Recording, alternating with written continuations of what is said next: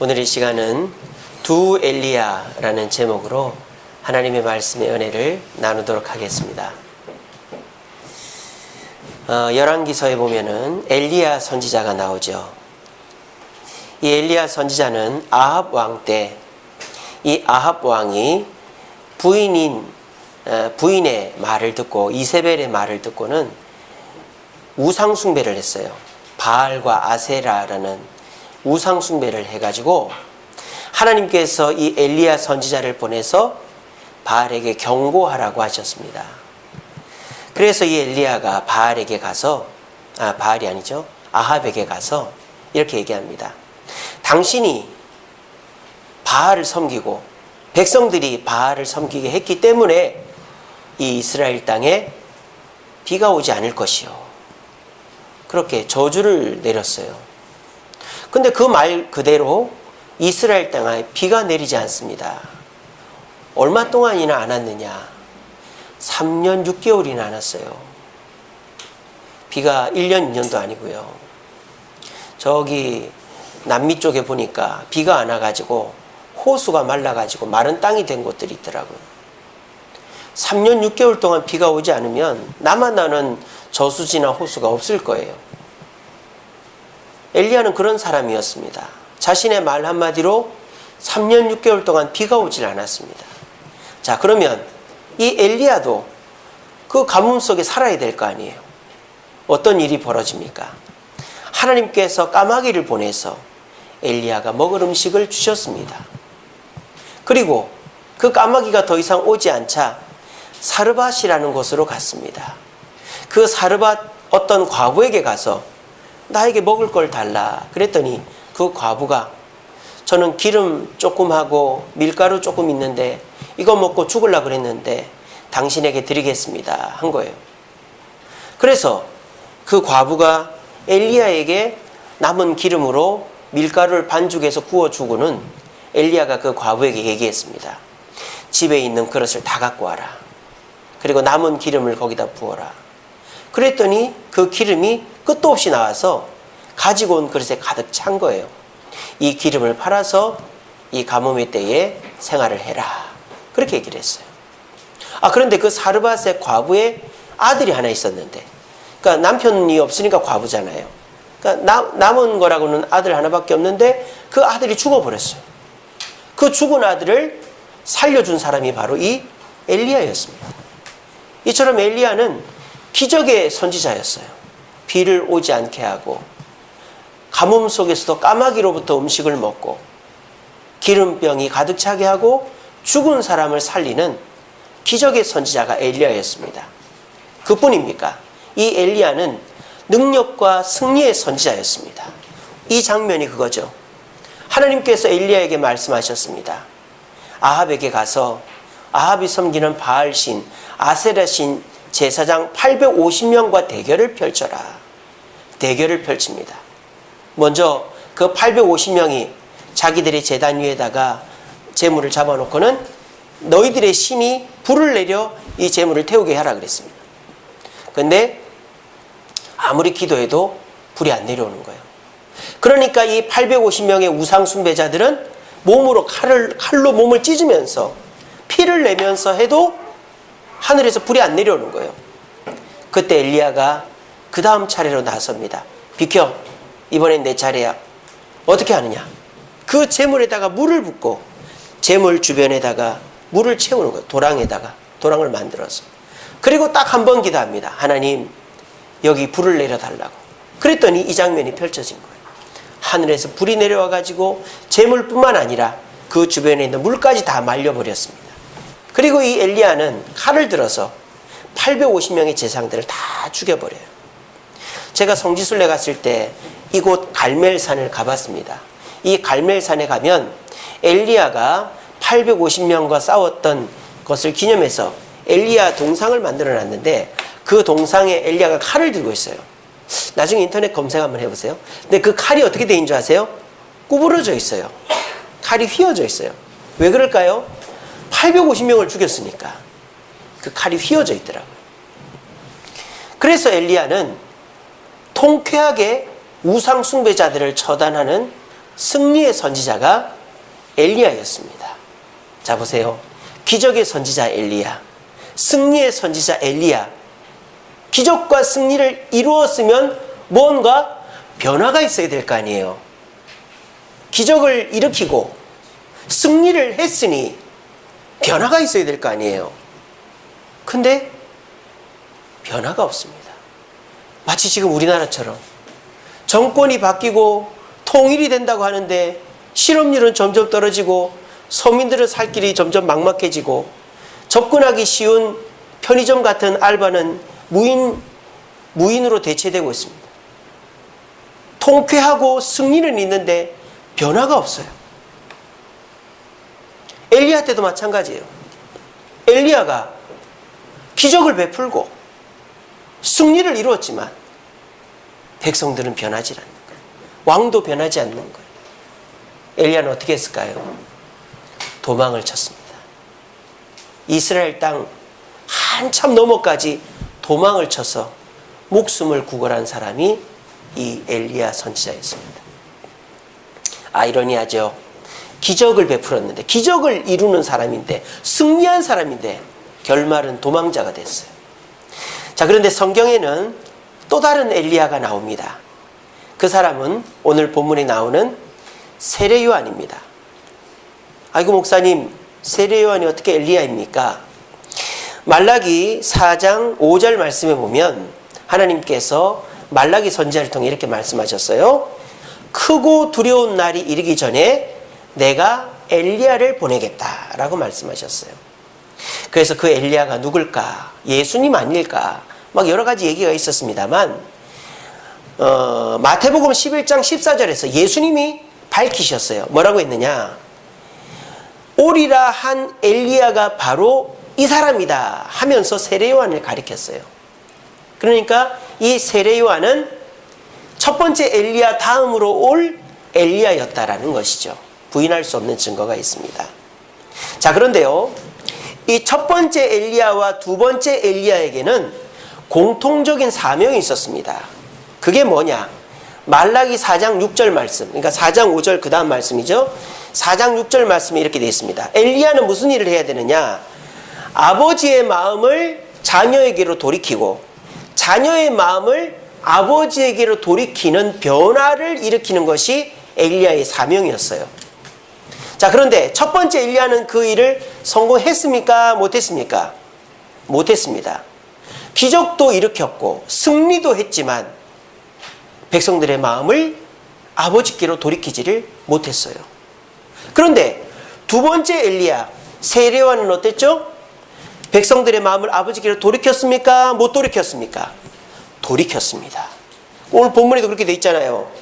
사람들이 막 엘리야에게 와가지고 세례를 받았다고 돼 있어요. 그래서 많은 사람들이 죄를 자복하고 세례를 받음으로 하나님으로께 마음을 돌이킨 거예요. 이 첫 번째 엘리야는 기적과 승리가 있었지만 변화를 이뤄내지 못했고, 두 번째 엘리야는 기적도 없고 승리도 없었지만 변화를 일으켜냈습니다. 그렇다면 저와 여러분도 이 두 엘리야를 비교해 보면서 우리의 삶 속에 성공과 변화를 일으키려면 어떻게 해야 되는지에 대해서 생각해 볼 수가 있는 것이죠. 저와 여러분들은 성공하기를 원합니다. 여러분 성공하기를 원하십니까? 예, 성공하기 원하시죠? 저도 저의 목회가 성공했으면 좋겠습니다. 그리고 저도 좀 변해야 될 부분이 있어요. 특별히 저는 좀 성격이 너무 좋게 말하면 온순하고 나쁘게 말하면은 너무 이렇게 좀 사람을 딱 변화시키는 그런 어떤 뭐랄까요, 열정이라 해야 될까요? 사람을 딱 이렇게 붙잡는 이런 게 없는 것 같아요. 그냥 그래요 그러고 말지 그렇게 하면 안 돼요 이게 없는 것 같아요. 그러니까 처음에는 그게 참 좋은 성격이라 생각했는데 이게 목회를 하다 보니까 목사에게 있어서 딱히 좋은 성격은 아니구나. 왜냐하면 성도들이 목사에게 뭔가를 좀 변화받기를 원하는데 저는 그런 성격이 아니니까 참 제가 좀 변해야 되겠다 그런 생각을 조금씩 합니다. 어쨌든 저도 제 습관이라든지 성격이라든지 변했으면 좋겠어요. 근데 사람이 참 변하지 않는 거죠. 우리는 성공하기를 원합니다. 또 내 개인적으로나 내 주변에 변화되어야 될 것들이 있습니다. 그래서 우리는 결심을 합니다. 그래, 결정했어. 내가 한번 성공해보자. 내가 한번 변해보자.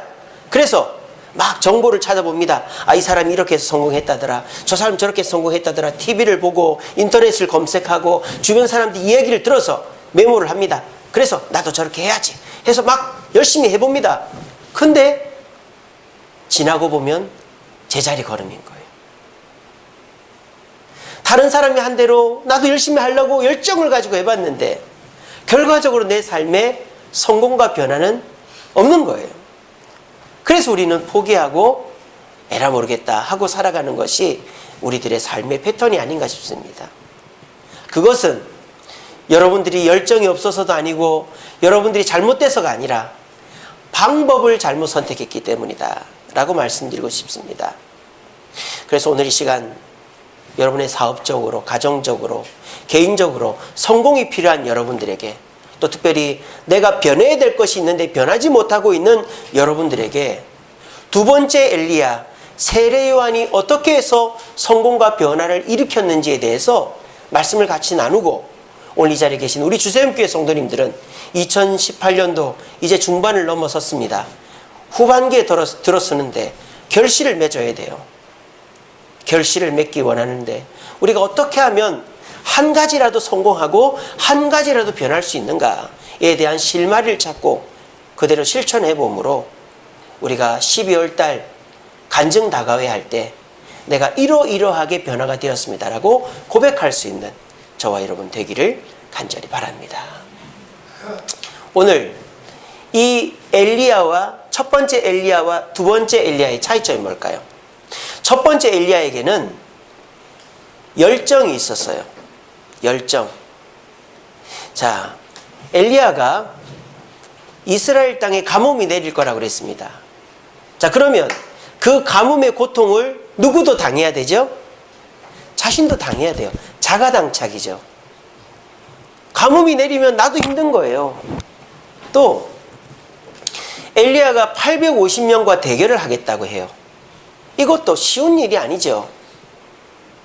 칼이 구부러질 정도로 힘든 일이 850명과의 대결이었습니다. 그런데 엘리야는 자기도 고생스럽고 자기도 힘든 일을 뭐로 버텼느냐? 쉽게 말하면 악으로 버틴 거예요. 깡으로 버틴 거예요. 그걸 좋게 말하면 열정이라고 그러죠.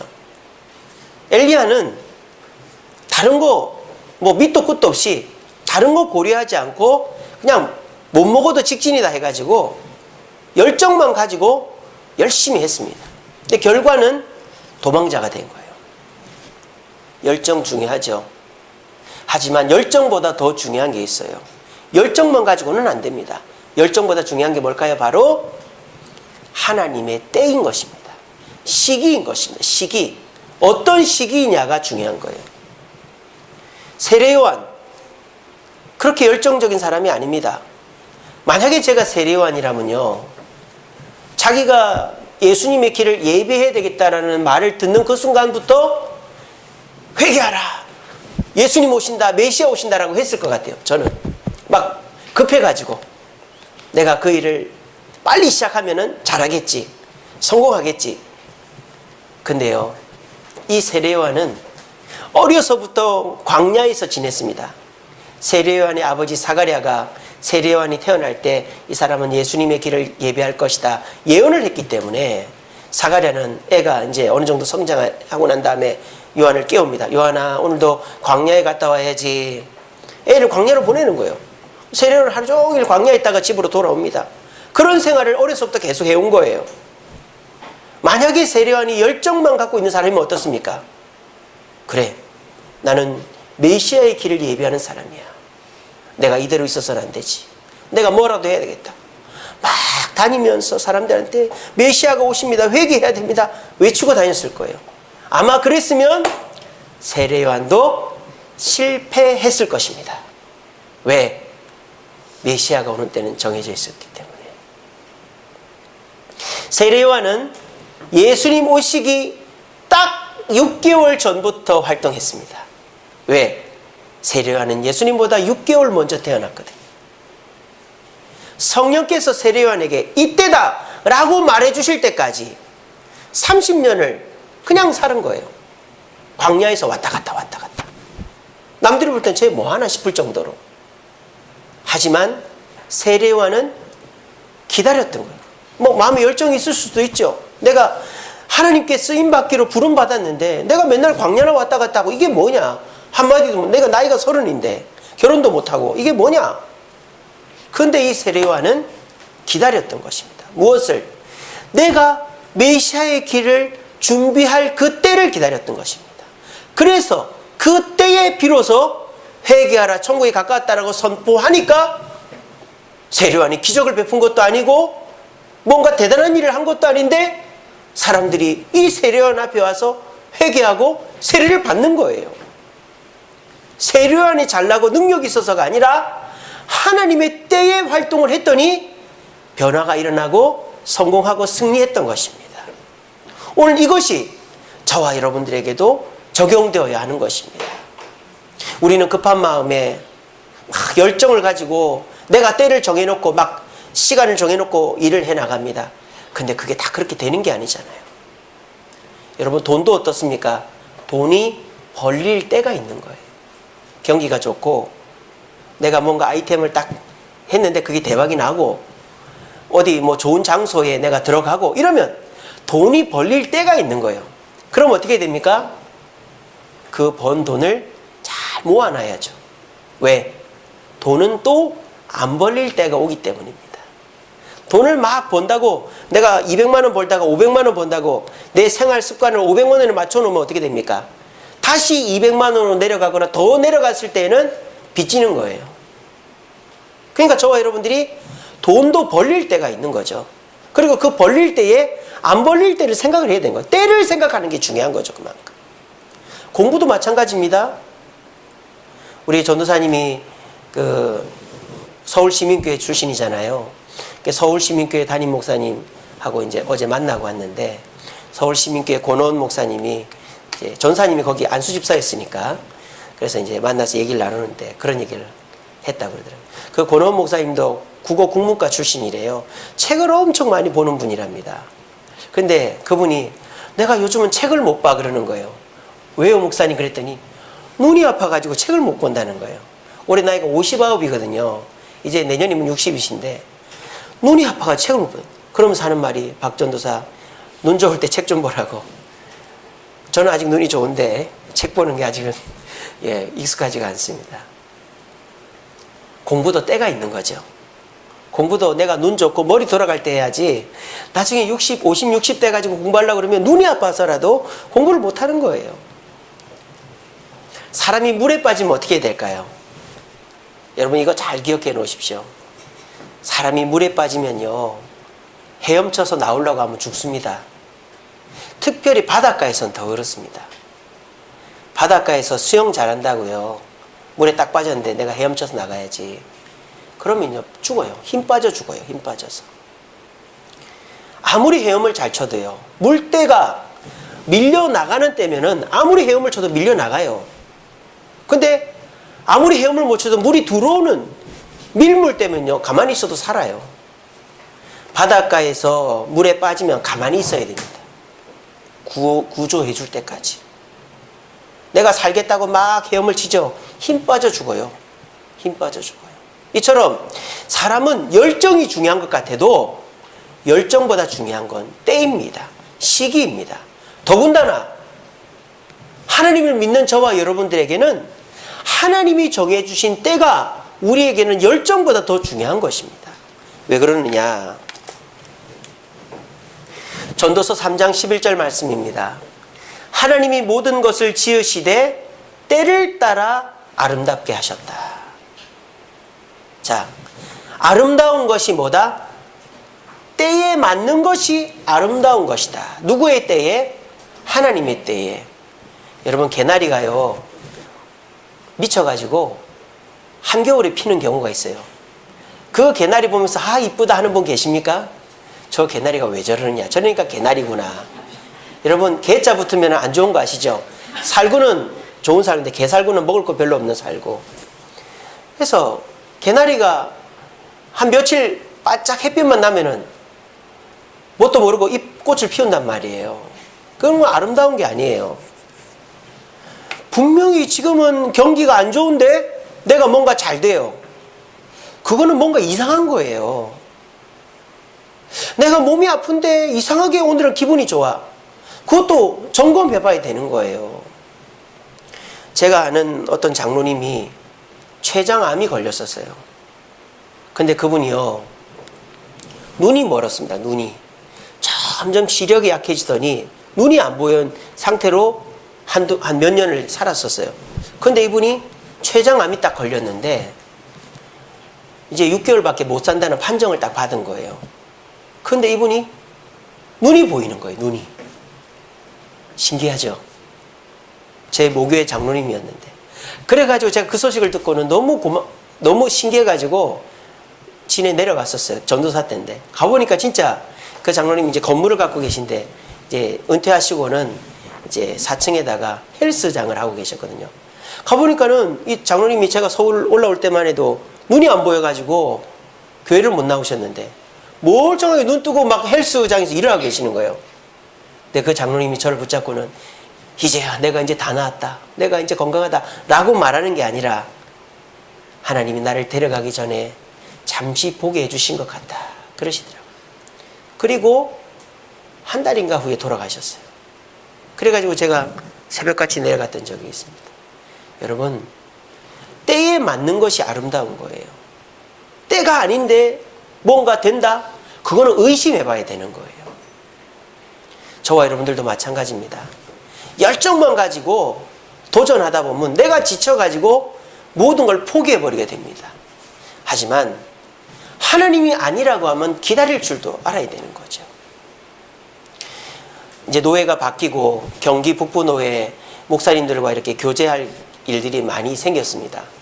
특별히 이제 저는 내일부터 이제 그 우리 신대원에서 하는 목회 강좌 다녀오는데 그때 가면 또 이제 여러 목사님들 만나는데요. 요즘에 이제 제가 만나는 목사님들은 큰 교회 목사님들이 아니에요. 그런 분들은 저를 만나주지도 않아요. 그냥 20명, 30명, 50명 이런 교회 목사님들하고 이제 만난단 말이에요. 근데 이제 그런 목사님들을 뵙다 보면 처음에는 어떻게 교회가 20년, 30년 됐는데 교인이 30명밖에 안 되느냐. 막 속으로 그렇게 생각했었어요.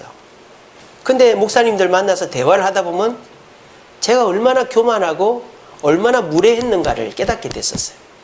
목사님들마다 저보다 더 훌륭하고 저보다 더 과거가 화려하고 저보다 더 대단한 분들이 많더라고요. 어떤 분은 대학 교수 출신이고 어떤 분은 막 서울시 높은 공무원 출신이고 어떤 분은 사업을 크게 한 분이고 뭐 어떤 분은 뭐 또 장군 출신이고 그런데 늦게 소명받아서 목회를 시작한 분들이 많더라고요.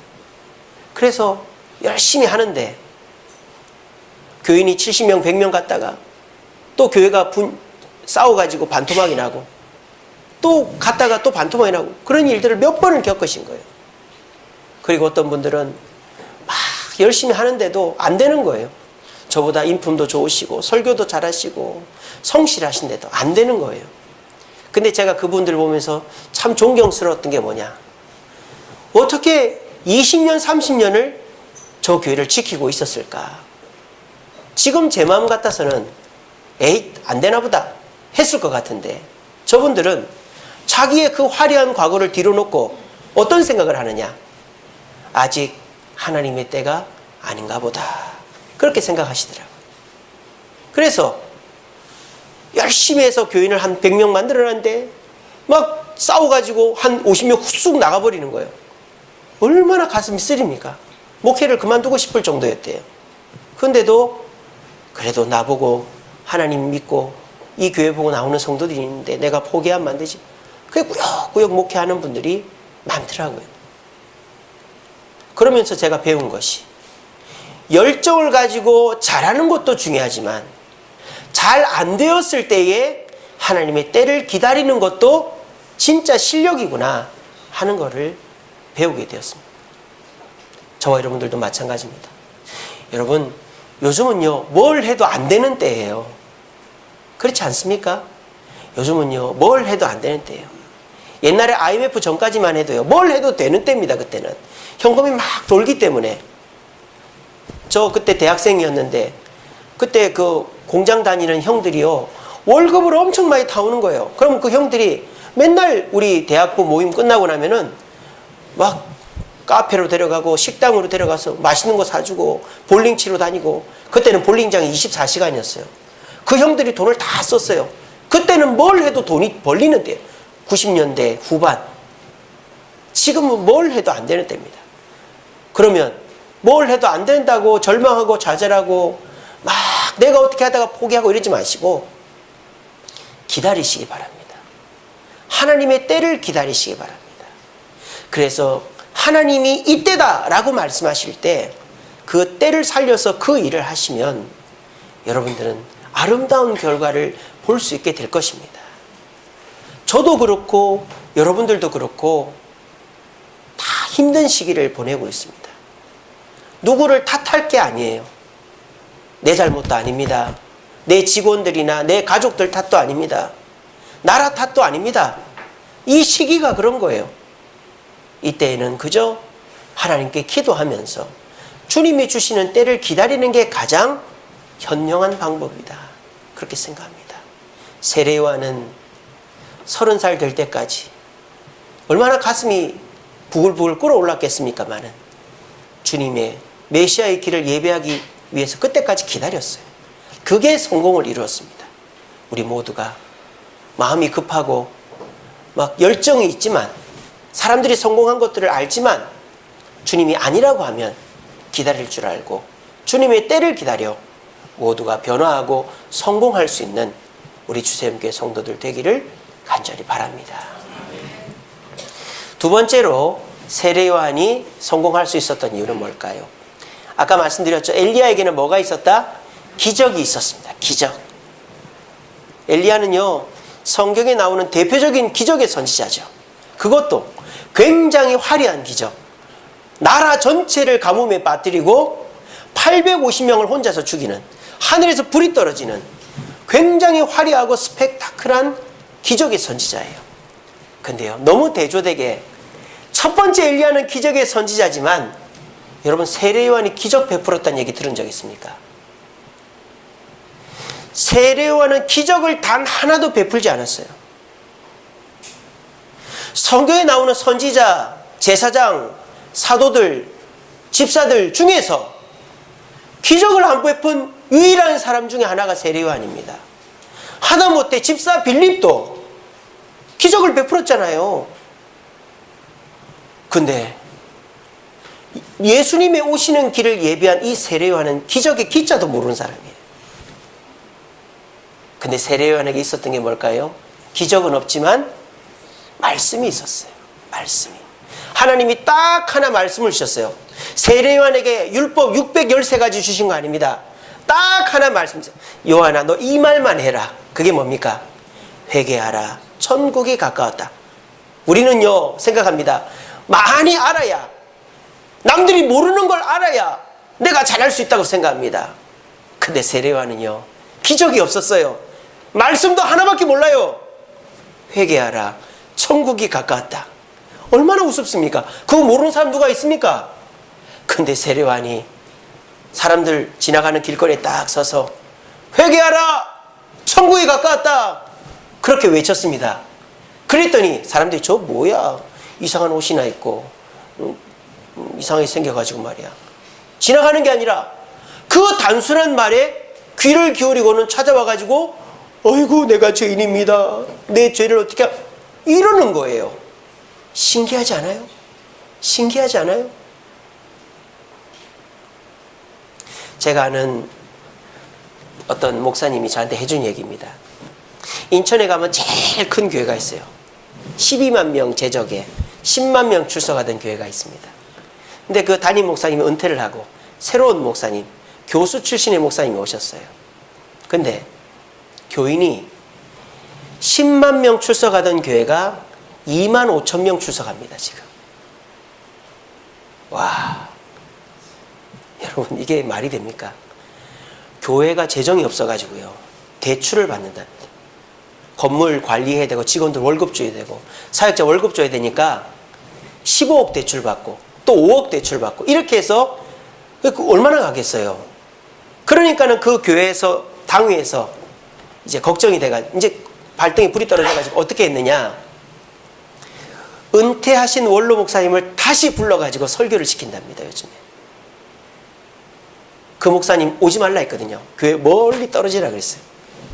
근데 그 목사님 다시 와서 설교를 하는데 본 예배보다 그 목사님 설교하는 오후 예배 때 사람이 더 많이 온답니다. 자리가 꽉 찬답니다.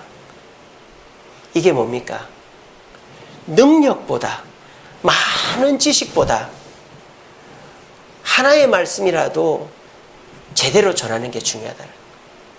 제가 그 목사님 설교를 들어봤습니다. 그 목사님요 발음이 어눌해 막 이래요. 못 알아듣겠어요. 저는 발음도 어눌하고요. 물론 서울대학교를 나오신 분입니다만 그렇게 막 어렵게 설교하는 분이 아니에요. 근데 그분이 예수님은 당신을 사랑하십니다 라고 하면 막 성도들이 우는 거예요. 근데 그 새로 오신 그 대학 교수 하시던 목사님이 그렇게 막 화려하게 설교를 해도 성도들이 교회를 떠나는 거예요.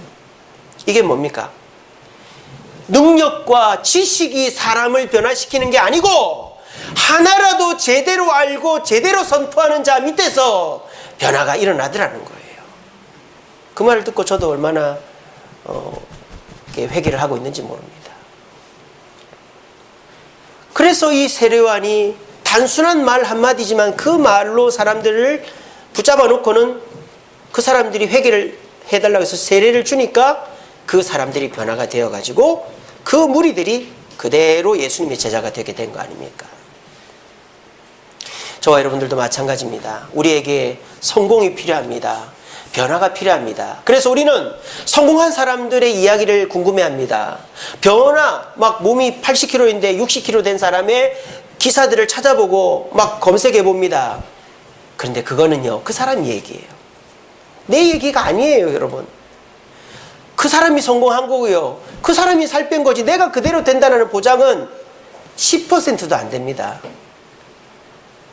그런 화려하고 대단한 기적이나 그런 변화에 현혹되지 마십시오. 그거는 내 얘기가 아니에요. 그럼 어떻게 해야 될까요? 한 가지라도 내게 적용해서 내가 변하면 되는 거예요. 내가 어떤 사람이 성공한 것들을 보고는 그 사람 그대로 하는 게 아니라 내게 맞는 한 가지라도 단순한 거라도 정해서 그것을 실천하면 내게 진정한 변화가 일어나는 거예요. 그래 중요한 건 뭔지 아세요? 내게 문제가 있다는 것을 고백하지 않으면 변화는 없습니다. 대부분 다가 뭔지 아세요? 나는 문제가 없는데 주변에 문제가 있다 이렇게 생각하는 거예요. 그리고 나는 문제가 없지만 나에게는 문제가 없는 거예요. 근데 저 사람이 했던 저것만 내게 오면 내가 잘 된다 이렇게 생각하는 거예요. 여러분 꾸정물에다가 샘물 탄다고 샘물 되는 거 아닙니다. 냄새 나는 몸에 새 옷 입는다고 냄새 없어지는 거 아닙니다. 내가 변해야 되는 겁니다. 단순한 말이라도 그걸 나에게 적용할 때는 뭐라고 해야 되느냐? 내가 문제가 있구나 라고 생각을 해야 되는 거예요. 내가 문제가 있구나. 내가 문제가 있구나 라고 생각을 하지 않으면 나는 변하지 않아요. 단순한 말이라도 내 문제를 고치려고 접근해 가야지 나는 완벽한데 저 사람의 문제고 저 사람이 탓이니까 저기를 고쳐나가면 되겠다. 이러면은 우리는 변화할 수도 없고 성공할 수도 없는 것입니다. 시편 109편 9절 말씀입니다. 무엇으로 그 행실을 깨끗게 하리이까? 주의 말씀을 따라 삼갈 것인다. 여러분, 우리 자신을 변화시키고 성공하게 하는 것은 외부에서 경기가 좋고 누가 나를 도와주고 내가 몰랐던 걸 알게 되고 하는 게 아니라 하나님의 말씀, 작은 말씀 하나라도 그거를 삼가 나에게 적용해서 내 자신을 변화시킬 때 진정한 변화와 성공이 일어나는 것입니다. 혹시라도 여러분의 사업적으로 또 가정적으로 또 여러분이 바라는 것들 속에서 변화와 성공을 바라지만 아무것도 일어나지 않고 있다고 생각하는 분들이 있다면, 과연 나는 하나님의 말씀, 주일날에 들었던 그 말씀 중에 한 가지라도 붙잡고 일주일 동안 그것을 가지고 나를 변화시키려고 얼마나 애를 쓰고 있는가를 한번 돌아보시기 바랍니다. 만약 그렇게 한다면 여러분들은 조금씩 변화되게 될 것입니다. 하지만 여전히 그 말씀은 나한테 안 맞아, 나는 지금 그 말씀이 필요한 게 아니고 나는 이러한 게 필요해 라고 생각하면 우리는 변화되지 않습니다. 부디 오늘 이 말씀 속에서 내가 고쳐야 될 부분이 뭔지를 돌아보고, 내가 그것을 고침으로 말미암아 변화와 성공의 시작을 하여서 12월 말에는 내가 이러한 것들이 변화되었고 성공했다라고 고백할 수 있는 저와 여러분 되기를 간절히 바랍니다. 세 번째, 첫 번째 엘리야와 두 번째 엘리야, 세례요한의 차이는 뭘까요?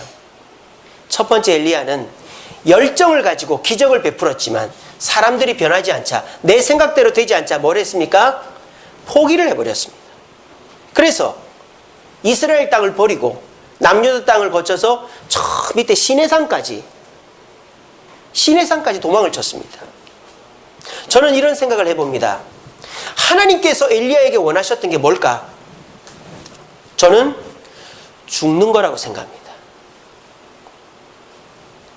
이세벨이, 아합의 아내 이세벨이 엘리야가 이런 기적을 베풀었을 때 백성들이 변하지 않았어요.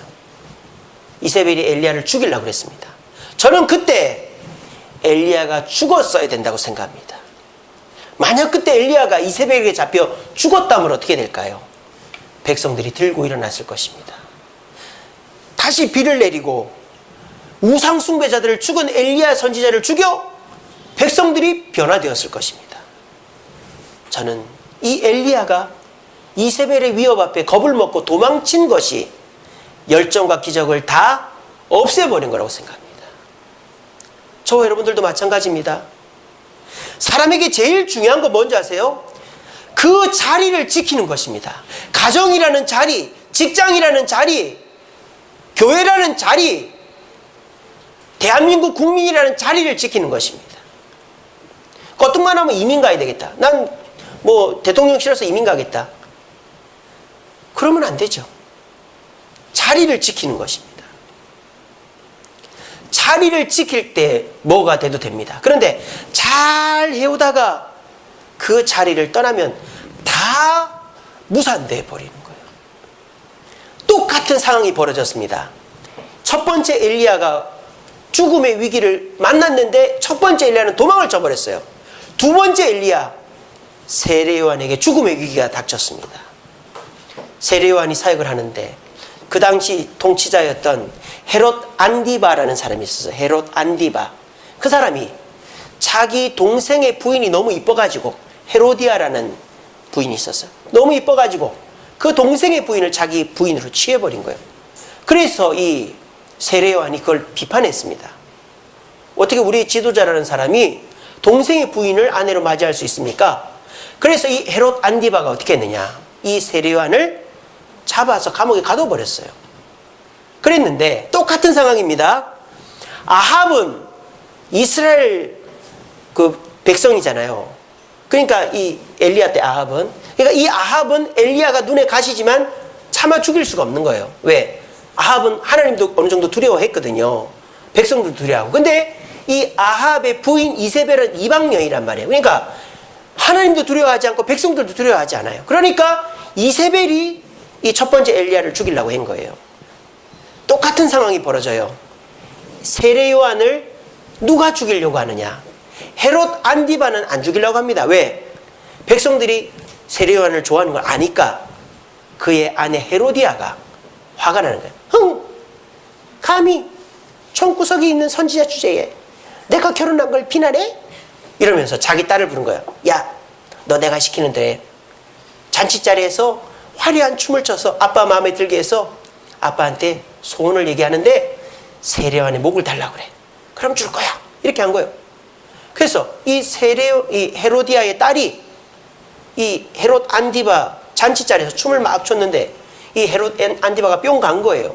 그래가지고 내 딸 내가 뭘 해줄까? 아버지, 저는 딱 하나, 아주 간단한 거예요. 그게 뭔데? 세례요한의 목을 주세요. 그래서 어떻게 합니까? 약속을 했으니까. 그래서 세례요한의 목이 달아난 겁니다. 똑같은 상황이죠. 지도자의 아내가 자기를 죽이려고 할 때 도망을 쳐야 되느냐, 죽어야 되느냐. 첫 번째 엘리야는 도망을 쳤습니다. 하지만 두 번째 엘리야는 뭐 했습니까? 순종했습니다. 뭐라고 얘기합니까? 예수님은 높아져야 되고 나는 쇠하여야 된다 라고 말하면서 목베임을 당해 죽었습니다. 결과가 어떻게 됐습니까? 그럴 줄 알았어. 저 세례요한 아무것도 아니구만. 그렇게 잘난 척 하더니 잘 됐다. 그렇게 얘기하는 사람 아무도 없었습니다. 오히려 세례요한을 더 존경하고 세례요한은 지금까지 우리에게 칭송받습니다. 그뿐입니까? 마태복음 11장 11절 말씀에 예수님이 세례요한을 두고 뭐라고 그랬습니까? 뭐라고 그랬죠?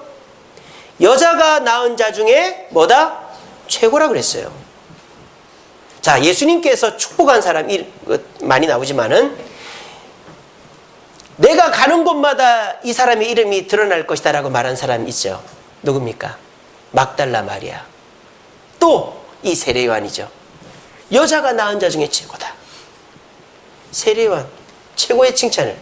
왜 최고의 칭찬을 받았습니까? 열정이 많아서 기적을 베풀어서가 아니고 죽인다는데도 하나님이 도망가라 피하라 하지 않고 아무 말이 없으니 그냥 순종하고 죽었기 때문에 이 세례요한은 백성들로부터 하나님께로부터 칭찬을 듣는 사람이 된 것입니다.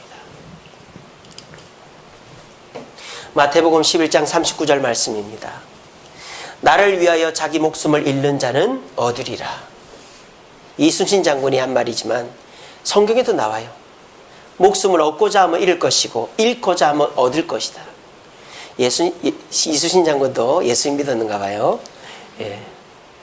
어떻게 아는지. 여러분, 물론 목숨이 중요하죠. 먹고 사는 것 중요하죠. 내 건강 중요하죠. 내 자존심 중요합니다. 하지만 그게 밥 먹여주지 않아요. 내가 건강하다고 성공하는 거 아니고요. 내가 똑똑하다고 성공하는 거 아니고요. 내 자존심 지킨다고 성공하는 거 아닙니다. 하지만 저는 여러분들에게 단호하게 말씀드릴 수 있습니다. 주님을 위해서 내 자존심을 내려놓는 자, 주님을 위해서 내 건강을 포기하는 자, 주님을 위해서 돈 벌 기회를 포기하는 자에게 주님은 변화와 성공을 주실 줄로 저는 믿습니다. 여러분, 이걸 믿으시길 바랍니다. 순종이 제사보다 낫다고 그러지 않았습니까? 우리 주님은 우리의 생사화복을 주관하시는 분이십니다. 그 주님 앞에 순종할 때 어찌 주님이 우리를 내버려 둘 수가 있겠습니까? 오늘 두 번째 엘리야 세례요한은 목을 베서 죽인다고 하는데 아무 잘못도 없는데 아무 말 없이 죽었어요. 결과적으로 사람에게 칭찬 듣고 예수님께 칭찬 듣는 사람이 됐습니다. 우리 주샘교회 오신 우리 사랑하는 성도님들도 내가 아무리 급하고 답답하고 힘들어도 주님이 아니라고 하면 기다릴 줄 알고 주님이 고치라고 하면 고칠 줄 알면서 주님 앞에 순종할 때 결국 그것이 쌓여서 나를 성공하게 해줄 줄로 믿고 주님 앞에 순종하시는 저와 여러분 되기를 간절히 바랍니다. 말씀을 맺겠습니다. 세상 사람들이 말하는 성공의 방정식입니다. 성공하려면 어떻게 됩니까? 일단 열정이 있어야 된다 그래요. 열정이 있어야 되고 그리고 많이 알아야 됩니다. 정보가 많아야 돼요. 열정이 있고 정보가 많고 그리고 운이 있어야 된다. 기적이 있어야 된다. 그러면 성공한다고 얘기합니다. 그런 성공학 강사들의 말을 듣고 열심히 합니다. 그래, 열정을 가지자. 그리고 막 조사를 합니다. 준비를 합니다. 그리고 뭐 좋은 운 없나 기회 없나 막 찾아봅니다. 그런데 될 듯 하다가 안 되는 거예요. 이게 세상 사람들이 승리는 하고 기적은 있지만 변화는 없는 이유예요. 하지만 저와 여러분들은 다릅니다. 저와 여러분들은요, 열정이 부족하고 기적은 없어도 하나님의 때를 기다릴 줄 알아야 됩니다. 그리고 우리는 말씀과 기도로 우리 자신을 준비하고 변화시켜야 됩니다. 그리고 끝으로 어떻게 해야 될까요? 하나님의 뜻에 순종해야 됩니다. 내가 망한다 해도 어렵다 해도 순종하는 겁니다. 그렇게 할 때 여러분들에게는 변화와 성공이 일어나는 것입니다. 여러분 화려하고 짜릿한 거 좋아하지 마세요. 요즘 사람들이 뭔가 일확천금을 노리려고 습관적으로 복권을 사는 사람들도 있고요. 주식에 투자를 하고요. 땅에 투자를 합니다. 여러분 잘 생각해 보세요. 내가 사놓은 주식으로, 내가 사놓은 복권으로, 내가 사놓은 땅으로 돈을 많이 벌어서 그 돈으로 내가 아이들 공부시키고 집세 내고 내가 먹고 사는 것입니까? 여러분들이 먹고 사는 거는 뭐로 먹고 삽니까? 여러분이 그렇게 자랑스럽게 생각하지 않고, 여러분이 그토록 나가기 싫고, 여러분들이 그토록 하찮게 생각하는 여러분의 그 하루하루의 일터가 여러분들에게 먹을 것을 주고 여러분들의 자녀를 공부시키고 적금을 들게 하는 것입니다. 복권이 여러분의 미래를 준비시키는 게 아닙니다. 주식이 여러분들의 자녀를 공부시키는 게 아닙니다. 땅 투자한 것이 여러분들의 옷을 사고 집을 사게 해주는 것이 아닙니다. 하루하루 직장에 출근해서 일하고 정말 힘들게 일하고 들어오는 그 하루하루의 일터에서의 월급이 우리를 살아가게 해주는 것입니다. 마찬가지입니다. 크고 화려한 것이 대단한 게 아니라 하나님의 때에 맞춰서 내 자신을 조금이라도 변화시키면서 순종하며 살아가는 오늘 하루의 일상이 나를 변화시키고 나를 성공케 하는 것입니다. 화려한 거 쫓지 맙시다. 사람들이 이렇게 하면 된다라는 말에 현혹되지 맙시다. 우리 모두 하나님의 때를 기다릴 줄 알고 주님의 말씀 한 가지라도 가슴에 새기고 내 자신을 회개하고 그리고 순종함으로 말미암아 여기 계신 모든 분들이 지금부터 변화와 성공을 시작하여 올 연말에는 한 가지씩이라도 내가 이런 것들을 성공했습니다라고 서로에게 간증할 수 있는 저와 여러분 되기를